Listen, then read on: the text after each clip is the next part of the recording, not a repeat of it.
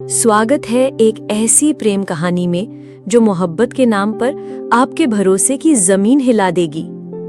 कभी कभी जिंदगी हमें वहां पहुंचा देती है जहां हम पहुंचने का सपना नहीं देखते, और फिर एक सवाल फेंकती है, सच चुनोगे या सुकून? आरोही ने आईने के सामने खड़े होकर खुद को देखा।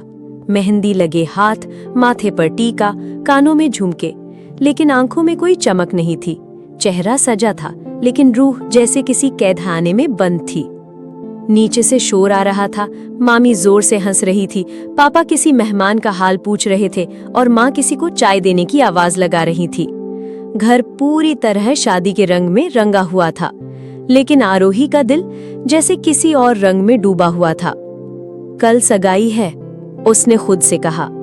ये शब्द उसने पिछले 3 दिन में कम से कम 100 बार दोहराए थे, हर बार सोचते हुए कि शायद इस बार यकीन हो जाए, लेकिन हर बार आवाज भीतर ही टूट जाती। उसे याद आया, 3 साल पहले ठीक ऐसे ही शाम थी और वो बारिश में भीगती हुई हंस रही थी।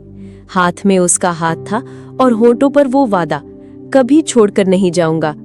और फिर वो गया, बिना बताए, बिना समझाए, ऐसे जैसे कभी था ही नहीं। कबीर, अगर वो अब आ भी जाए तो? उसने खुद से पूछा और झुंझलाकर मुट्ठियां भींच ली। अब कुछ फर्क नहीं पड़ता, अब मैं रोहन की होने जा रही हूं। लेकिन जिंदगी ने शायद यही सुन रखा था, अगर अब आ भी जाए। दरवाजे पर हल्की सी दस्तक हुई। आरोही ने चौंक कर देखा। मां नहीं थी, मामी भी नहीं। दरवाजे की चौखट पर एक परछाई थी, जानी पहचानी। दिल जैसे हल्के से धड़क गया।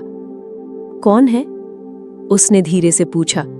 आवाज आई, मैं कबीर। धड़कन जैसे किसी ऊंचाई से गिर पड़ी। कुछ देर तक कोई नहीं बोला, फिर कबीर की वही पुरानी आवाज, जो अब और भारी लग रही थी, टूटी हुई सी। बस एक बार बात करनी है, आखिरी बार। आरोही की सांसें जैसे रुक गई। उसने धीरे से दरवाजा खोला। कबीर सामने खड़ा था, वैसा ही चेहरा, लेकिन अब उसमें वो लड़कपन नहीं था। कुछ टूटा हुआ, कुछ अधूरा, और कुछ ऐसा जो अब भी आरोही की आंखों में झांक रहा था। तुम यहां क्यों आए हो? उसकी आवाज कांप रही थी। कबीर ने उसकी आंखों में देखा और सिर्फ इतना कहा, क्योंकि तुमसे एक सच छुपाया गया है, और वो जानने का तुम्हारा हक है आरोही। तुम्हारी जिंदगी बदलने वाली है, लेकिन जिस तरह तुम सोच रही हो वैसा कुछ नहीं है। आरोही ने एक पल के लिए उसकी आंखों में झांका और फिर सवालों की आंधी उसके अंदर चल पड़ी। और तभी नीचे से मां की आवाज आई, आरोही, मेहंदी के फोटो सेशन का टाइम हो गया है, नीचे आ जाओ। आरोही ने कबीर को देखा और कबीर ने वो लिफाफा आगे बढ़ाया जो उसके हाथ में था। अगर आज ये नहीं पढ़ा तो शायद कल बहुत देर हो जाएगी। आरोही की उंगलियां उस लिफाफे को छूने ही वाली थीं कि कोई सीढ़ियों पर चढ़ने लगा। पार्ट 1 समाप्त हुआ।